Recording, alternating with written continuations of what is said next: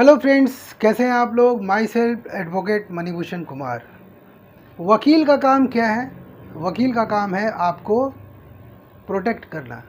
आज वही काम मैं आपको कर रहा हूँ। बहुत सारे लोग ऐसे होते हैं जो लोन ले लेते हैं। लोन ले लिए मतलब हेडक ले लिए, मतलब समझ लीजिए कि आप जानी दुश्मन पैदा कर लिए। अब क्या होगा, मजबूरी में आदमी लोन ले लेता है।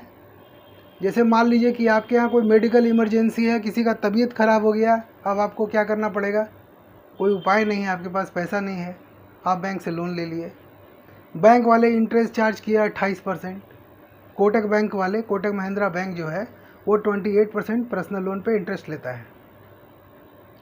उसका प्रूफ मेरे पास है, नंबर 1।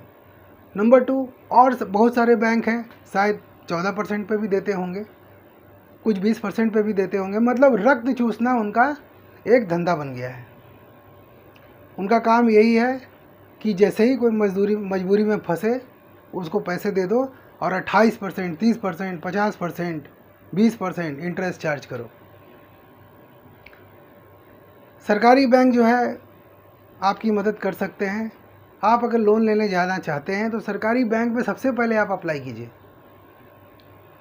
सरकारी बैंक का मतलब आपकी सरकार का वो बैंक है, आपका बैंक है।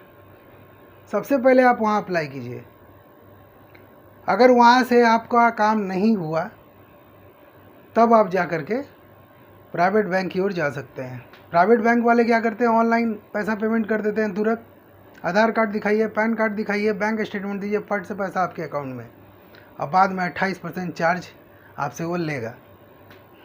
नहीं दीजिएगा फिर इंटरेस्ट पे इंटरेस्ट वो जोड़ेगा और जोड़ के आपका जान खा जाएगा और हर तरह से आपको परेशान करेगा। यही काम रह गया है। यानी कि रक्त चूसना इनकी आदत बन गई है। अगर आपने पहला ईएमआई नहीं दिया, दूसरा ईएमआई नहीं दिया, तीसरा ईएमआई नहीं दिया, पहला ईएमआई जैसे ही आप नहीं देंगे आपको कॉल पे कॉल आना शुरू हो जाएगा। कम से कम 5000 कॉल आएगा। उसके बाद नोटिस आएगा। उसके बाद वो एजेंट भेजेंगे, एजेंट आपके घर के अंदर घुस जाएंगे, बैठ जाएंगे और आपको इतना तंग करेंगे, इतना तंग करेंगे कि आपको हर हाल में पैसा देना पड़ेगा। तो रिज़र्व बैंक ऑफ इंडिया का कुछ गाइडलाइन है, उसके हिसाब से आप चलिए और उनको भी चलने दीजिए, ठीक है। इसमें मैं आपको एक बहुत इम्पॉर्टेंट सॉल्यूशन बताता हूँ। ध्यान से देखिएगा वीडियो पर। अगर आप वीडियो पर नए हैं तो चैनल को सब्सक्राइब कर लीजिएगा। इसमें जो भी वीडियो आएगा आप ही के लिए आएगा, आपके फ़ायदे के लिए आएगा। सबसे पहले आप ये काम करिएगा कि जितना भी कॉल ये लोग करता है वो सारे कॉल को आप ब्लॉक कर दीजिए, पहला काम, ताकि आपको मेंटल पीस मिल सके। नंबर 2, अगर कोई लीगल नोटिस भेजता है तो आप उसमें समय मांगिए कि हमको इतना दिन का समय दिया जाए, हम धीरे धीरे पैसा पे कर देंगे।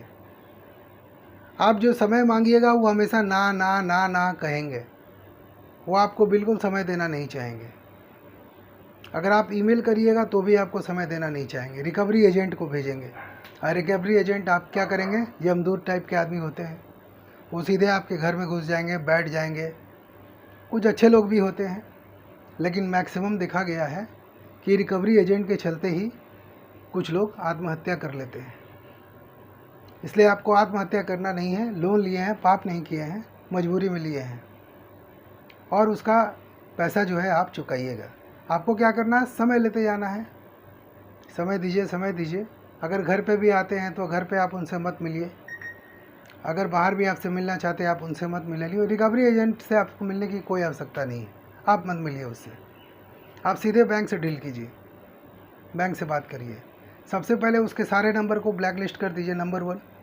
नंबर 2, आप जहाँ भी रहते हैं रिकवरी एजेंट से आप मत मिलिए, आप बैंक से डायरेक्ट डील करिए। तो आपको क्या होगा, मेंटल पीस मिलेगा। और भैया पैसा तो आपको देना ही है। अगर आप पैसा नहीं दीजिएगा तो आपका क्रेडिट स्कोर क्या करेगा, सिविल में रिपोर्ट कर देगा, जिससे क्रेडिट स्कोर क्या होगा, गिर जाएगा। और गिर जाएगा तो क्या होगा, दोबारा कभी आपको पैसा नहीं मिलेगा, मतलब इमरजेंसी फंड आपको नहीं मिलेगा। और क्रेडिट स्कोर गिर गया तो सरकारी बैंक भी आपको पैसा नहीं देंगे। इसीलिए क्रेडिट स्कोर को मेंटेन कीजिए। अगर आपके पास पैसा है तो पैसा पूरा पेमेंट कर दीजिए, सेटलमेंट मत करिएगा। सेटलमेंट जहां आप कर लिए एक बार, उसके बाद वो सेटलमेंट आपके सिविल में हमेशा शो करेगा और कभी भी आपको कोई भी लोन नहीं मिलेगा।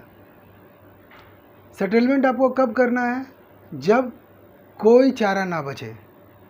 जब कोई चारा ना बचे उस समय आपको क्या करना है, एनपीए होने दीजिए। पहला महीना मत दीजिए, दूसरा महीना मत दीजिए, तीसरा महीना मत दीजिए, धीरे धीरे डिले करते जाइए। पैसा है तो दे दीजिए, पैसा नहीं है तो आप उसके फ़ोन कॉल्स को ब्लॉक कर दीजिए, रिकवरी एजेंट से मत मिलिए और धीरे धीरे समय लेते जाइए, समय लेते जाइए।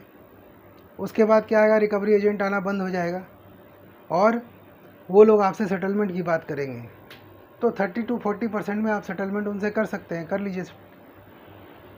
कहने का मतलब ये, मेंटल हरासमेंट अगर आप नहीं होना चाहते हैं तो जितना बार आपको कॉल करे सबको ब्लैक लिस्ट में डाल दीजिए, अननोन नंबर को। एक ट्रू कॉलर नाम का एक ऐप आता है, उसको आप डाउनलोड कर लीजिए। उससे पता चल जाएगा कौन आदमी कॉल किया। अगर स्पैम रिपोर्ट होगा तो उसको आप ब्लैक लिस्ट कर दीजिए। रिकवरी एजेंट आए, घर वाले को बोल दीजिए कि, बोल देंगे कि घर पे नहीं है, आप कहीं और डेरा लेकर रहिए, आप कहीं और घर लेकर रहिए। मतलब रिकवरी एजेंट से आपको नहीं मिलना है, क्योंकि अगर आप मिलेंगे तो ये आपका रक्त चूस लेंगे, तो आप काम क्या करेंगे।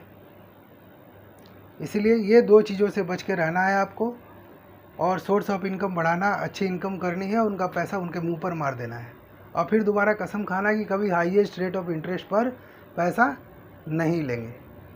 आप गोल्ड बना लीजिए, गोल्ड रख लीजिए, और जब आपको मजबूरी पड़े तो गोल्ड को बेच दीजिए और अपना काम कर लीजिए। लेकिन रिकवरी एजेंट अगर आपके घर में ज़बरदस्ती घुस